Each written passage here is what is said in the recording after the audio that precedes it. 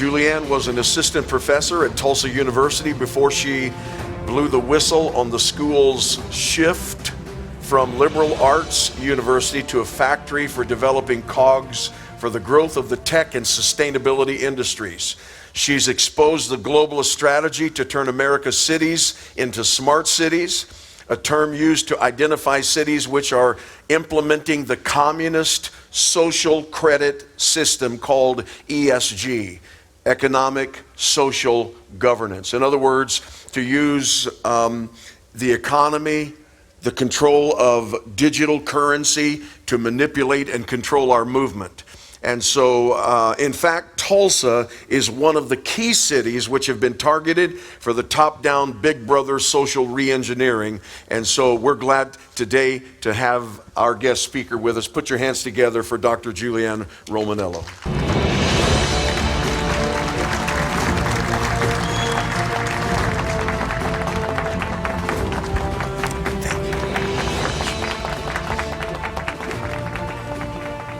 It is my pleasure to be here today. Thank you so much for having me. Some of you might have seen me give this talk or a version of it before.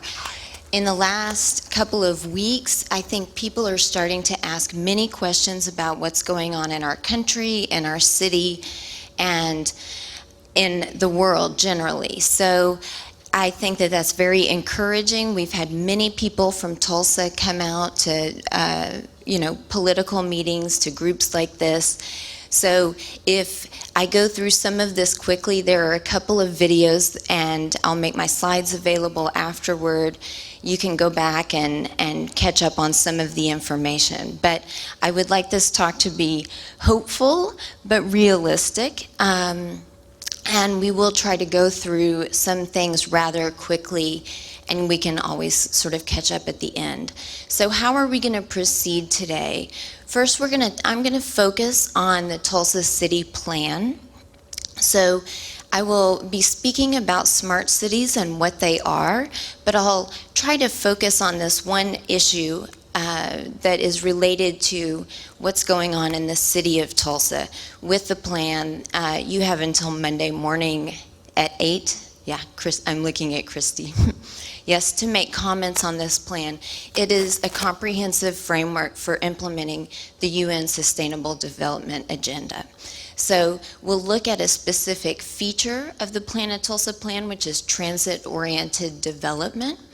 And that should give you a pattern that you'll be able to use as you see many other initiatives pop up in either comprehensive plans or private sector policies, because our globalists are not very creative people.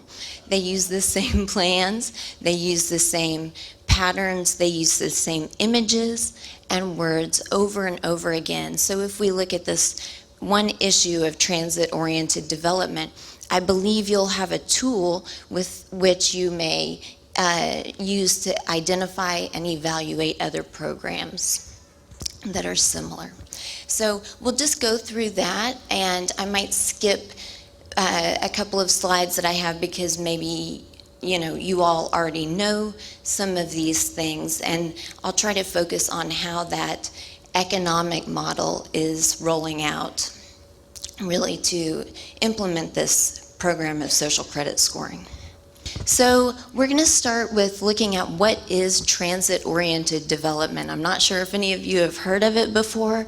In short, it's a plan to take away your car and force you to use a bicycle or to walk to work, or even, I saw in one plan, to roll.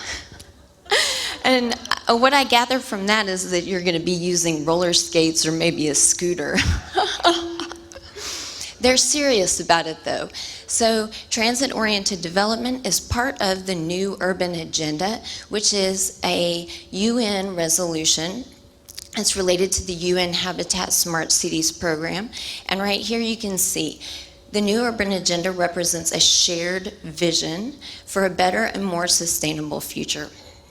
If well-planned and well-managed urbanization can be a powerful tool for sustainable development for both developing and developed countries.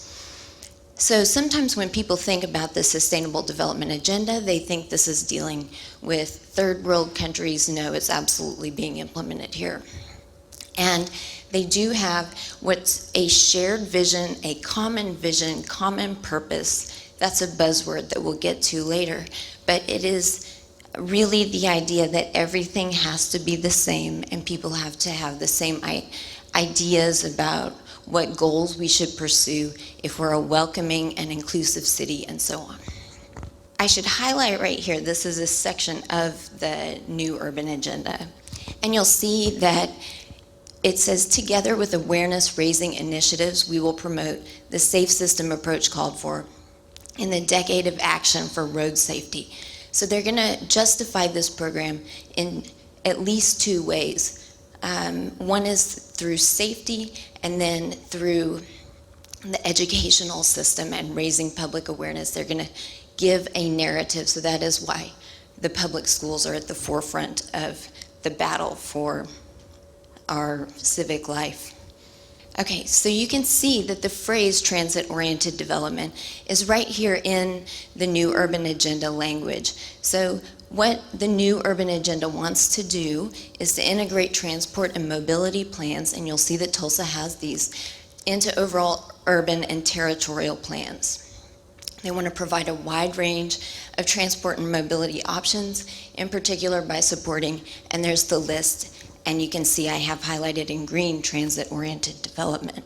Here, I just have this slide so that you can see that the new urban agenda, the globalist plan, is coming from the UN, which is backed by powerful bankers, philanthropists, corporations.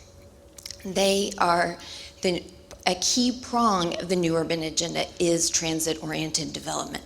So I think it was maybe a month ago, the Tulsa World reported that there were conspiracy theorists that were out disrupting public meetings, and my name was in the paper 3 times.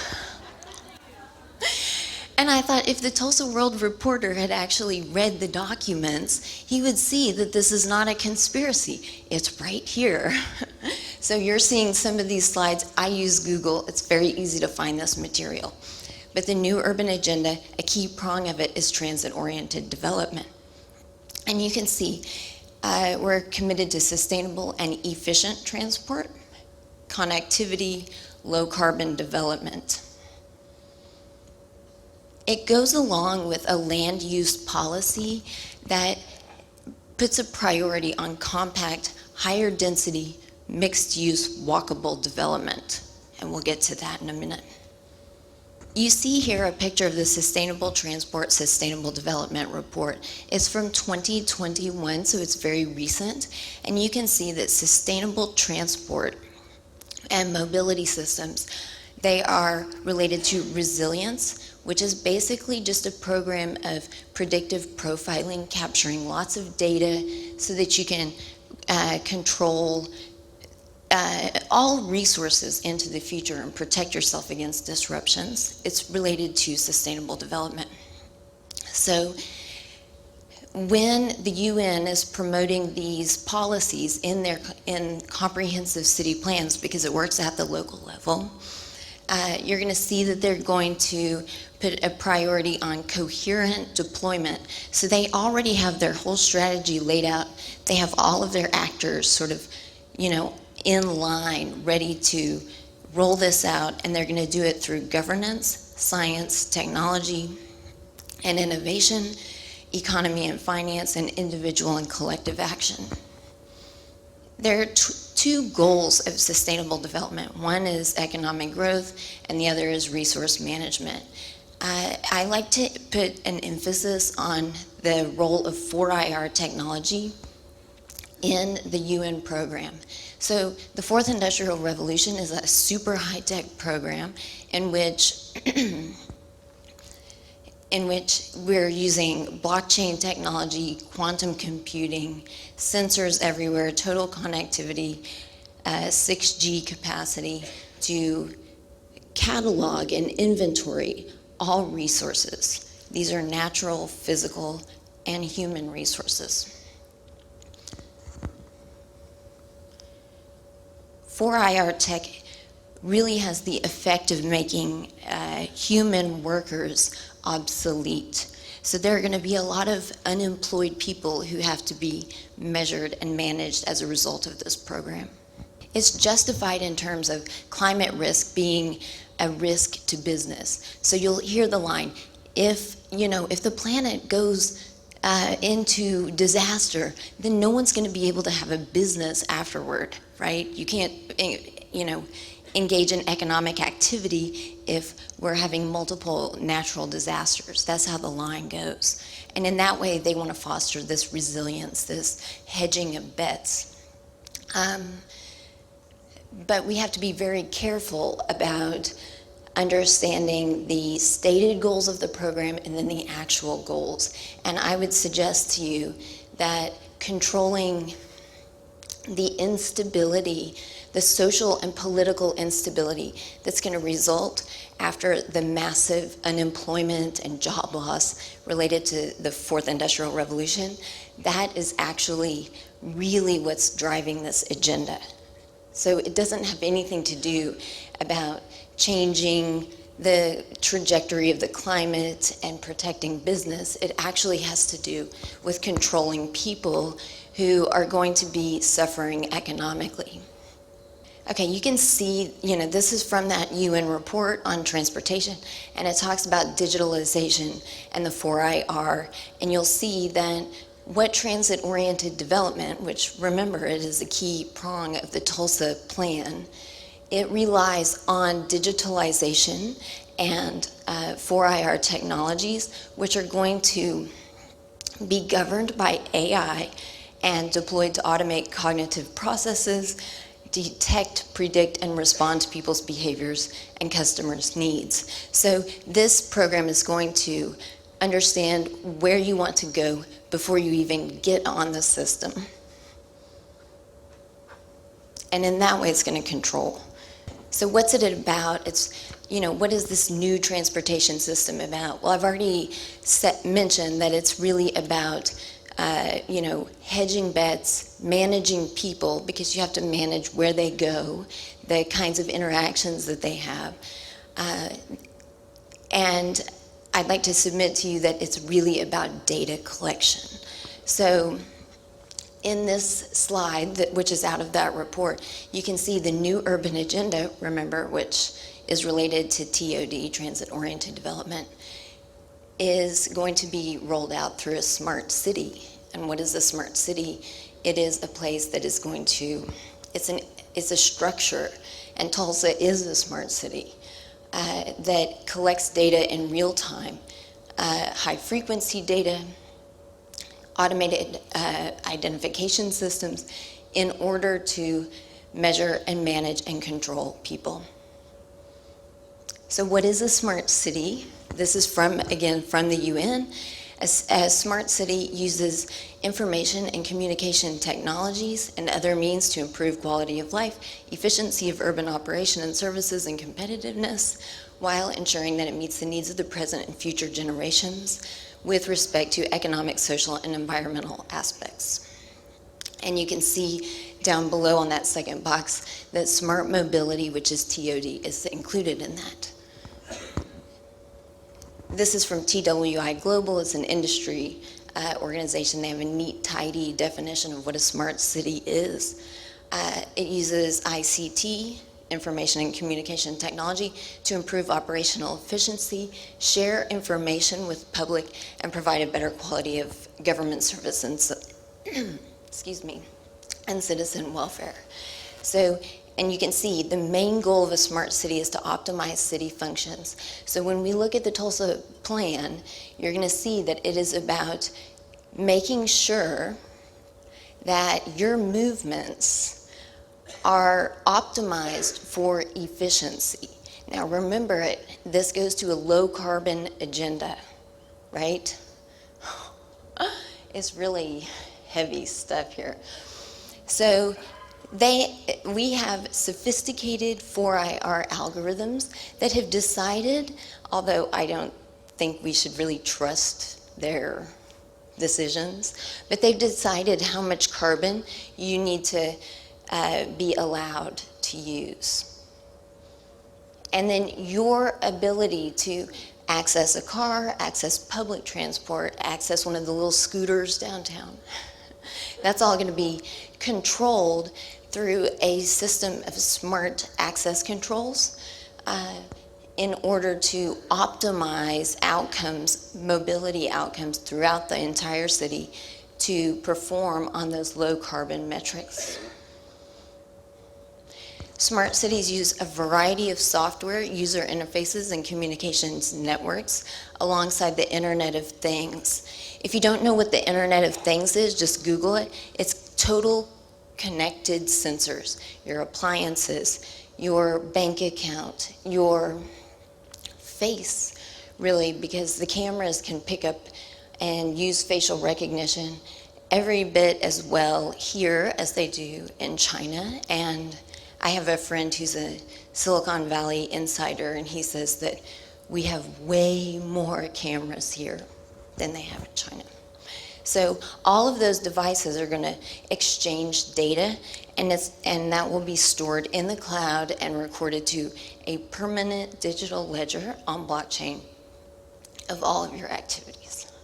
Okay, so this is a slide from C40. This is a Bloomberg group, and if you pay attention to what Mayor Bynum is doing, he's always doing something with Michael Bloomberg. Okay, so C40 Cities that's Bloomberg's organization.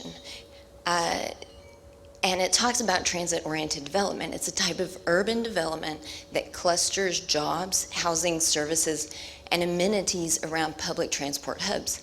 It is compact, mixed use, and pedestrian and cycle friendly. When you look at the Tulsa plan, you can see I've got the little graphic, land use and transportation. They track exactly with the C40 definition of what TOD is, okay? And this is a total planning strategy to make sure that developers locate jobs, housing, groceries, everything else close to these public transportation hubs. How are we going to finance it? I won't have time to get into the details of that. That's really some messy stuff. But municipal bonds backed by future property taxes. This is something, if you have a minute, I would Google land value capture. They're doing it here, and what it is it's a sort of sneaky way, I think, as far as I understand it, to raise the valuations of certain properties and then justify large public expenditures on infrastructure on the basis of the new tax revenue that should somehow appear after we have financed massive public transport buildups. It seems to me like a Ponzi scheme, okay? But that's how you're going to be taxed out of your land. And I hear that it's already happening in West Tulsa, I believe. Okay, government subsidies such as dedicated investment funds. In the Tulsa plan, it talks about community investment development institutions. And those are groups like the Tulsa Community Foundation or the Downtown Tulsa Partnership that are public-private partnerships. Where's the public in there? Nowhere. It's all private, basically. And these groups are going to manage city resources according to their own priorities. And we've seen that those priorities deal with the UN agenda. Okay, so many of you have heard of 15-minute cities, and I want to submit to you that 15-minute cities are just another version. They complement TOD, transit-oriented development.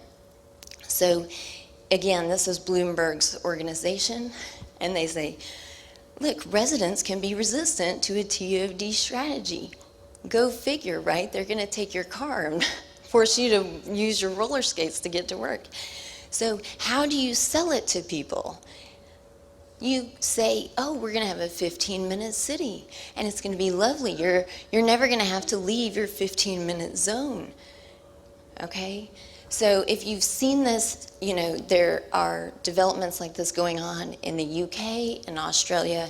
It's absolutely happening here.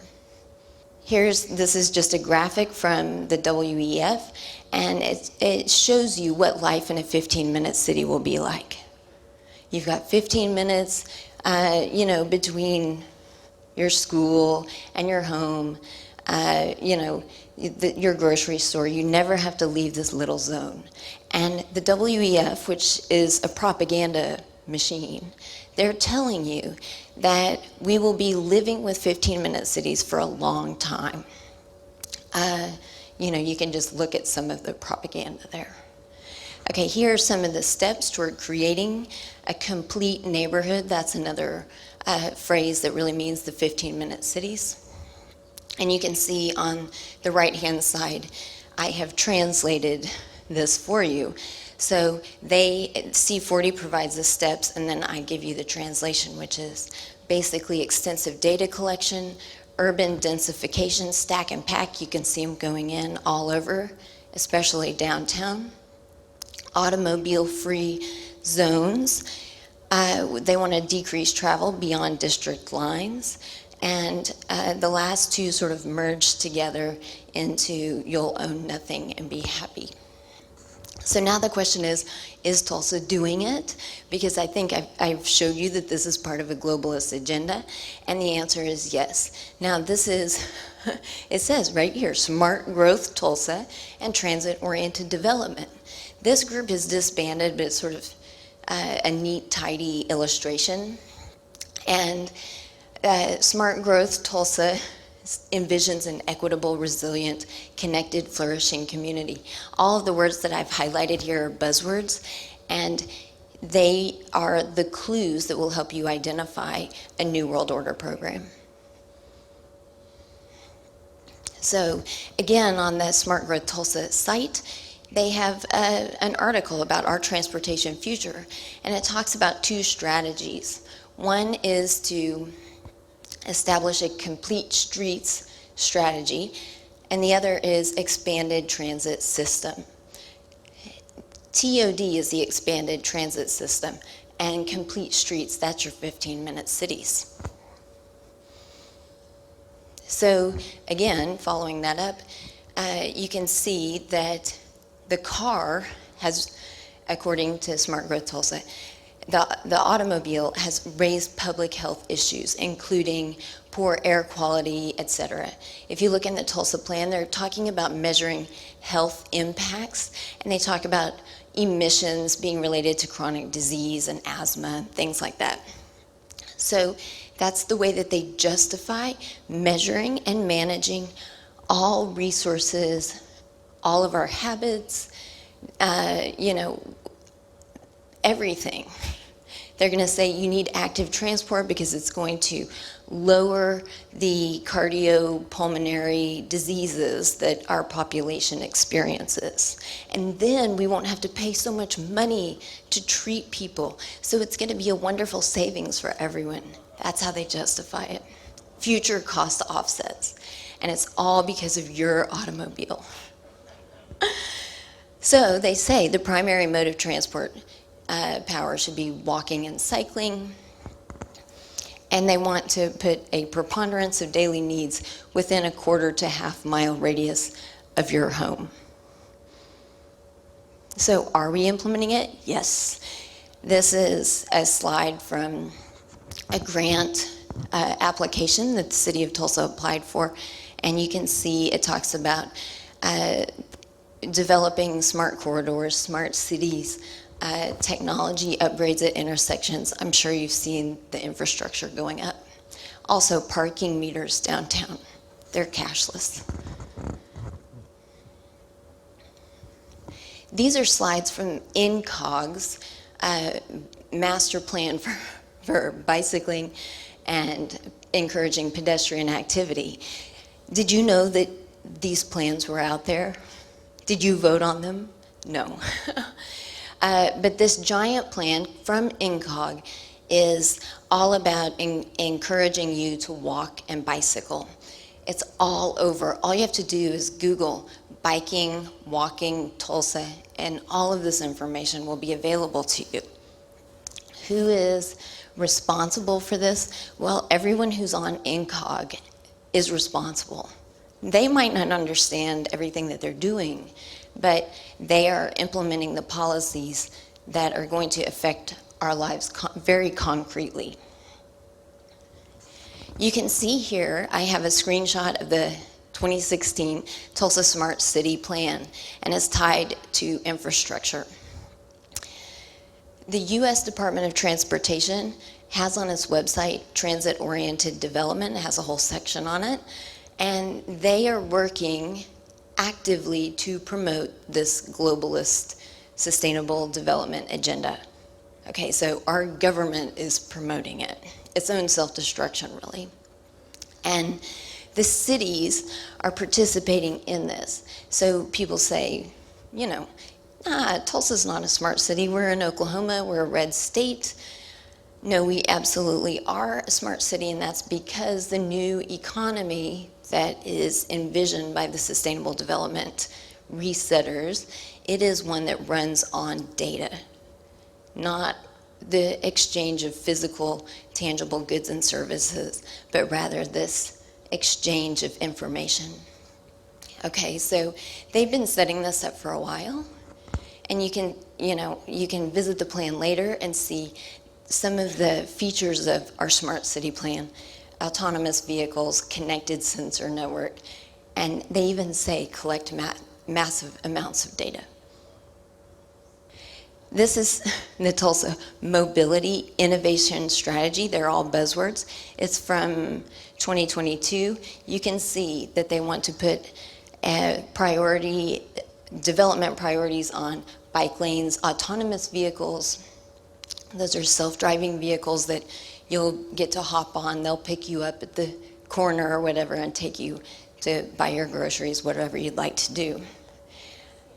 If you look down, you can see the Tulsa Authority for Economic Opportunity. They're promoting this. So I would look them up and I would pressure the members of that committee. So here we go. Is Tulsa implementing a TOD strategy? Yes, it absolutely is. Here's your Plan of Tulsa plan, and it has a section, transit-oriented development. What do they want to do? Compact development with sufficient density. Stack and pack. Mixed-use development, what that means is that they're going to put all of your needs, small community schools close to your home, grocery stores close to your home. It all sounds very good at first until you realize that you're not going to be able to leave your district. So like what Christy said about the plan, it's all true. I mean, they're not really hiding it. They just use the words. Low-density, auto-oriented development patterns should be minimized where feasible, and they're going to control parking. I'll skip through some of this, but you can see I have highlighted in green. It's all about transit-oriented development. And what is the problem? It is negative externalities associated with high levels of automobile use. Now, I used to talk about the social credit scoring and education a lot, but it seemed like maybe it wasn't clicking, the urgency of this, and so I've focused on the plan to take your car. Because I love my minivan and I don't want to lose it, and I think, well, most other people in Tulsa don't want to lose their cars either. So again, you can see it goes along with land use planning.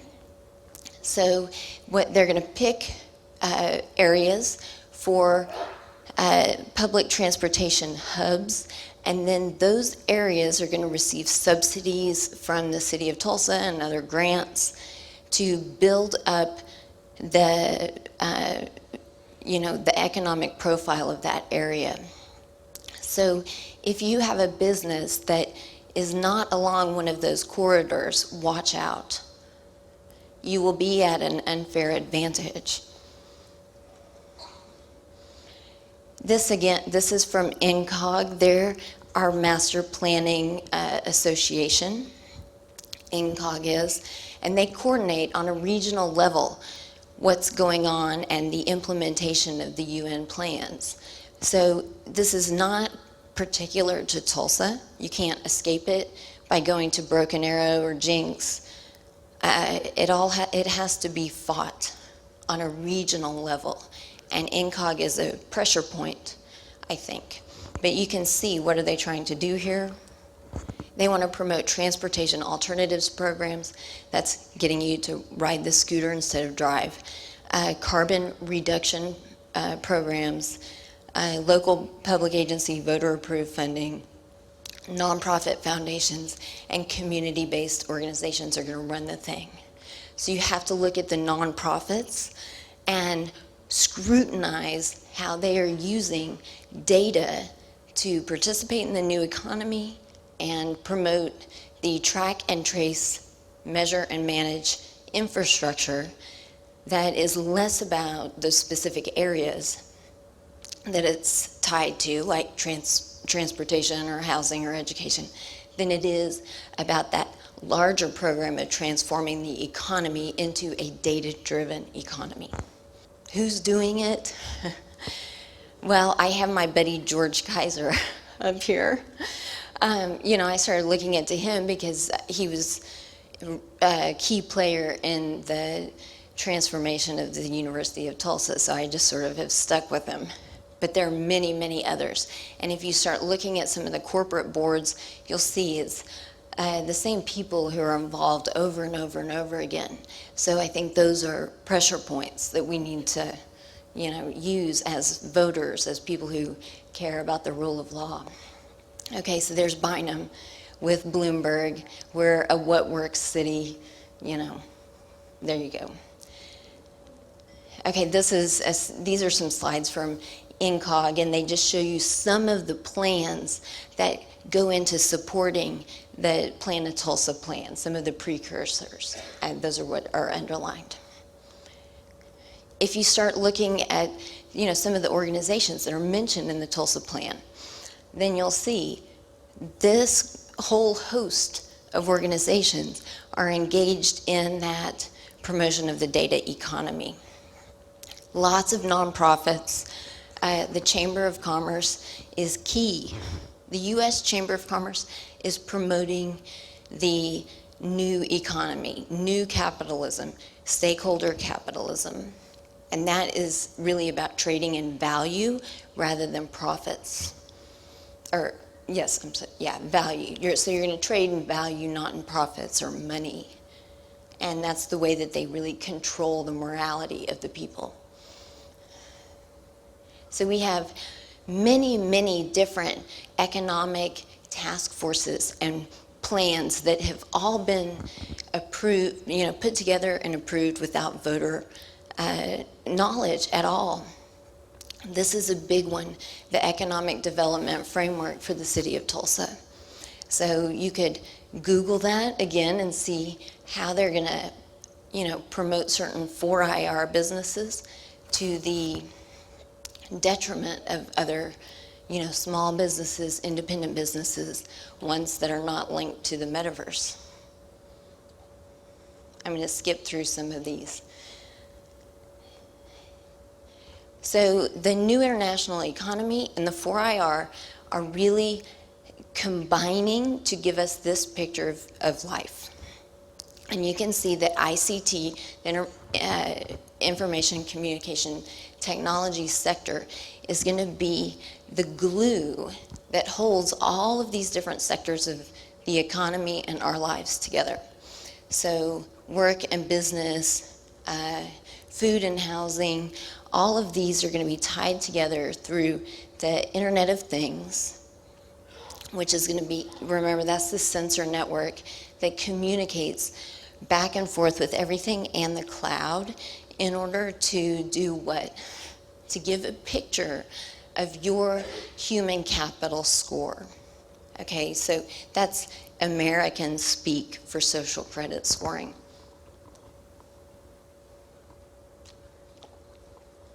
It's pretty bad, isn't it? But they're going to use these different terms, economic growth. I always stress to conservatives that that's a phrase to watch out for. And I have about 50 seconds left, so I'm going to skip to my last slide.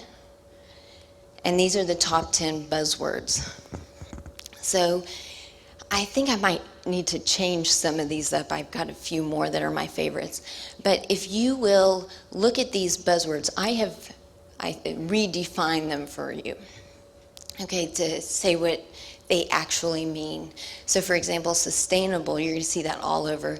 And most people know that that's related to the global plan, but they think it's mainly about the environment.